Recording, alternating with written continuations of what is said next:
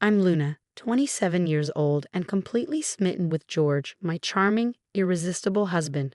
We're newlyweds, still riding the high of those early married days, soaking in every sweet, surreal moment. It's been an emotional whirlwind, but before I get carried away, let me rewind to the beginning. George and I, we're not your average lovebirds. Both of us were born into the lap of luxury, part of New York's high society. But don't get it twisted.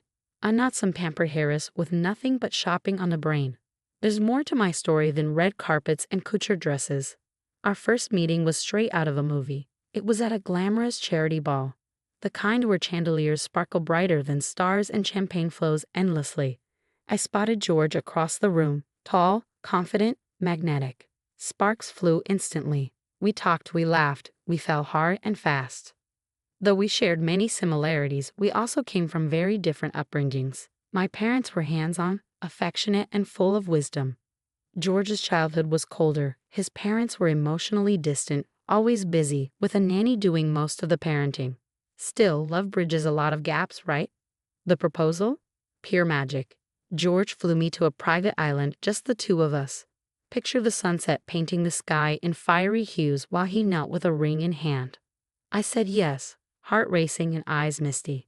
When our families finally met, it felt like oil meeting water. They were civil, sure, but the tension was there. We dove into wedding planning, and thank goodness for Cassie, my fabulous maid of honor, an absolute rock throughout the madness. Then came the more delicate task, inviting our parents personally. My folks lived overseas, so a quick visit wasn't possible. But George's parents, right in the heart of Manhattan, living large in their Upper East Side penthouse. One sunny afternoon, we paid his mother, Diana, a visit. His father was out of town, as usual, closing some high-stakes business deal, so it was just the three of us.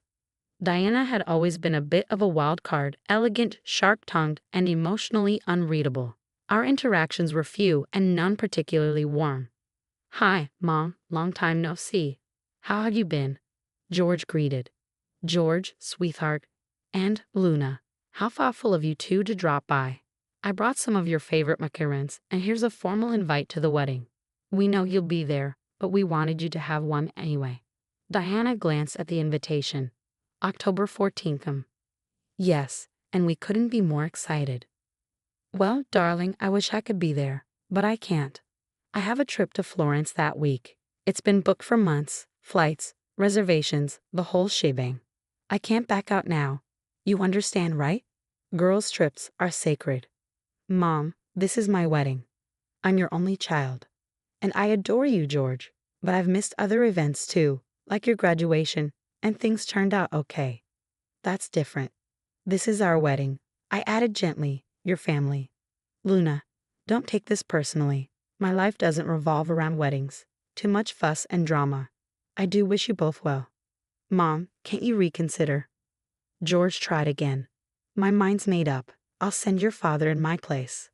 "Thanks, I guess." As we left her place, I was furious. Diana had a history of bailing on George, but skipping his wedding for a leisure trip. That was low, even for her. George tried to mask it, but I knew he was deeply hurt. This day was everything to him, and her absence was a blow he hadn't seen coming. George had told me enough stories to know how much her absence had scared him.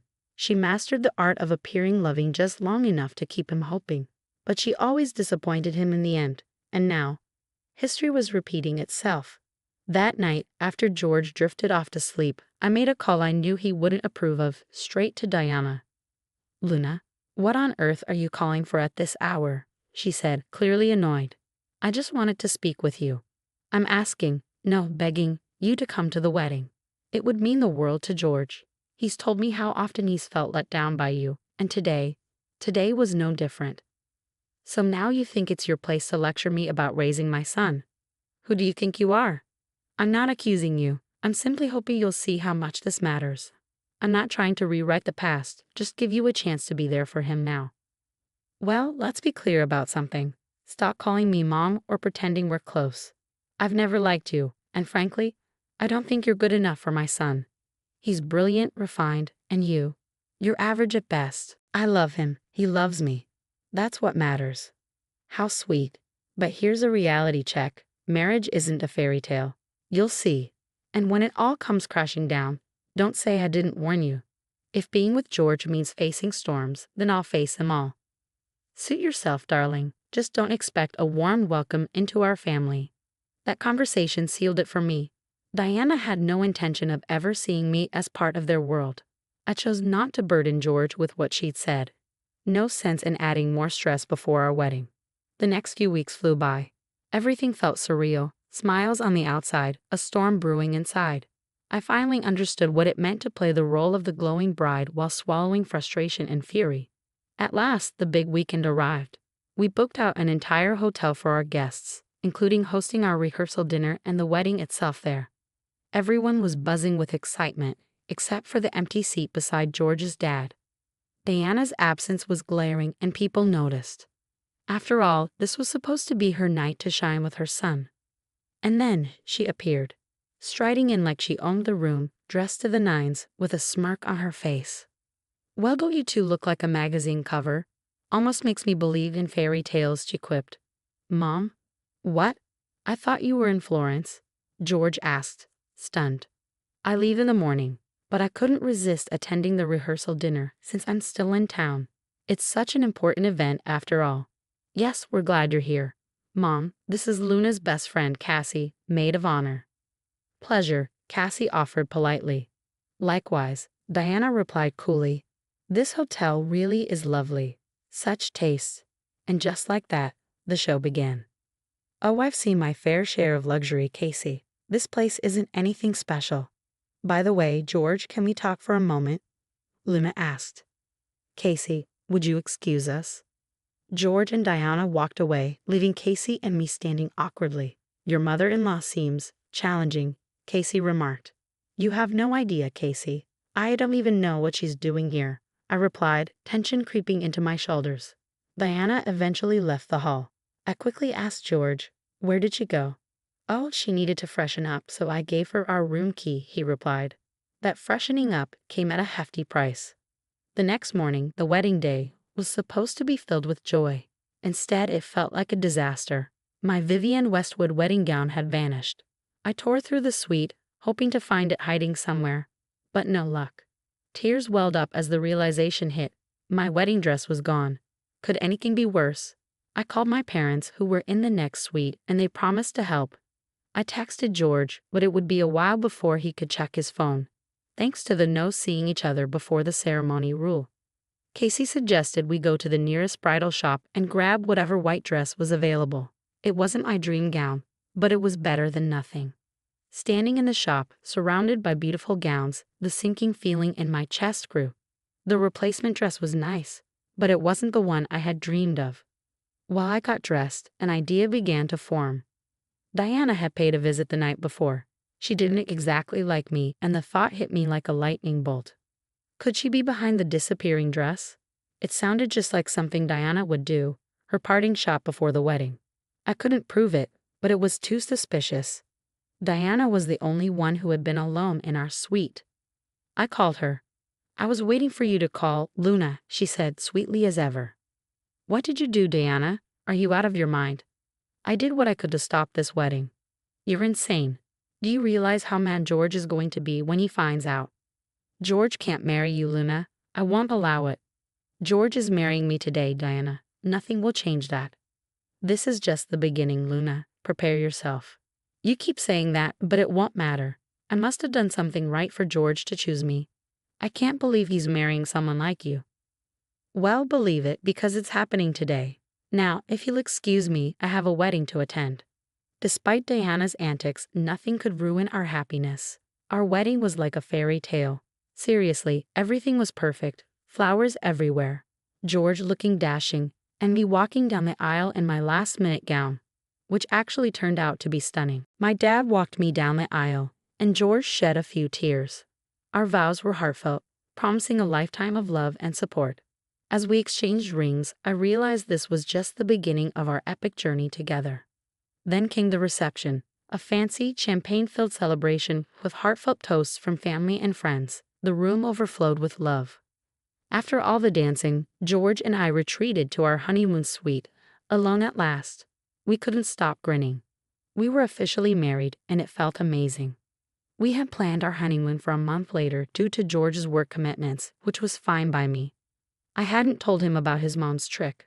I wanted to handle Diana after her little vacation. A few days after our wedding, George was back at work, and I was enjoying the bliss of newlywed life. But then my phone rang.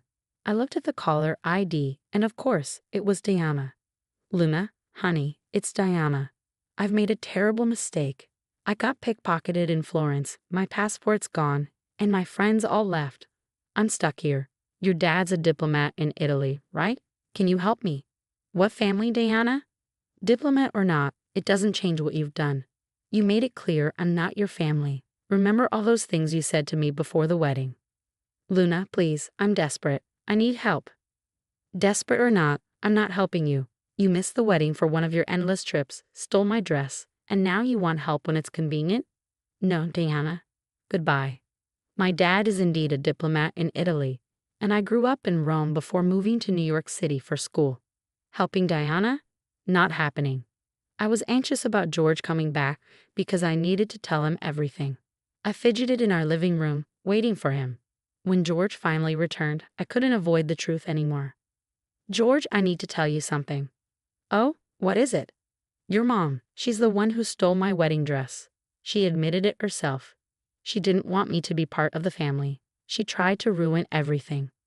"Luna, I'm so sorry. That's unacceptable. I'll deal with this when she comes back." "There's more. Diana called me today. She said she was pickpocketed and wanted my dad's help getting back here. I told her no." "Good. She deserves it. Let her deal with her mess. We're not bailing her out." After all the drama, George and I enjoyed our European honeymoon. We traveled across romantic cities, Paris, Venice, Rome, making memories that would last a lifetime. We even visited my parents in Rome. While sipping coffee in Paris, we got a message from George's dad. It was from Diana, texting from her husband's phone. She'd managed to get home after 2 months. George had a good laugh. Honestly, we couldn't care less. When we returned home, Diana tried to reach out, but we decided to keep our distance. She wanted reconciliation, but George and I were firm. Our happiness came first. 4 months into our marriage, George and I were stronger than ever. We had grown, laughed, cried, and supported each other through everything. Our love story was real, messy, and uniquely ours. Thanks for watching. See you next time. Stay stunned.